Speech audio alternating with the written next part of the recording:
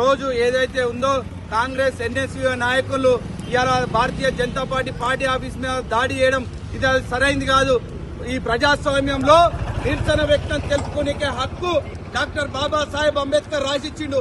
దాని ప్రకారంగా నిరసన వ్యక్తం తెలుపుకోవచ్చు. కానీ ఒక భౌతిక దాడి ఇది సరైంది కాదు. ఇట్లా జవాబు పత్తా దేంగే.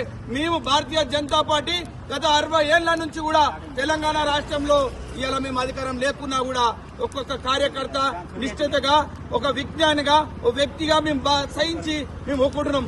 భారతీయ జనతా పార్టీ నాయకులు దాడి చేయాలనుకుంటే మీరు ఎక్కడ కూడా కాంగ్రెస్ నాయకులు రోడ్డు మీద తిరిగే ప్రసక్తే లేదని చెప్పి మేము హెచ్చరిస్తున్నాం. ఏదైతే ప్రజాస్వామ్యంలో మీకు కూడా హక్కు ఉంది. మీరు నిరసన వ్యక్తం తెలపాలనుకుంటే ప్రజాస్వామ్యబద్ధంగా మీరు ఏదైతే ఉందో నిరసన వ్యక్తం తెలుపుకోవచ్చు. కానీ ఈ రకంగా ఓ పార్టీ ఆఫీస్ మీదకి పోయి దాడి చేయడం, రాళ్లతోటి కర్రలతోటి ఈ దాడి చేయడం ఇది సరైంది కాదు.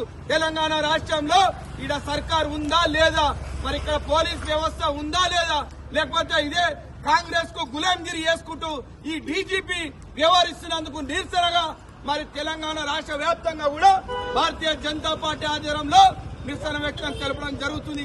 మరి ఇక్కడనే ఉన్న పోలీస్ వ్యవస్థ కూడా తెలంగాణ రాష్ట్రంలో మరి కాంగ్రెస్ సంబంధించిన కండువాలు వేసుకొని వాళ్ళ గులాంగిరి ఆ నాయకునికి ఒక సీఎం రేవంత్ రెడ్డి గారికి మొఖాలు ఇస్తున్నా మరి ఈ డీజీపీ పోలీస్ వ్యవస్థ అని చెప్పేసి మేము భారతీయ జనతా పార్టీ నుంచి మేము హెచ్చరిస్తున్నాం.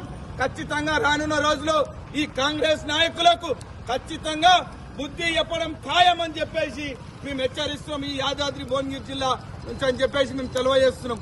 వద్దురా నాయన వద్దురా నాయన, ఇదేమి రాజ్యం ఇదేమి రాజ్యం, దొంగల రాజ్యం దోపిడీ రాజ్యం, ఇదేమి రాజ్యం ఇదేమి రాజ్యం, దొంగల రాజ్యం దోపిడీ రాజ్యం.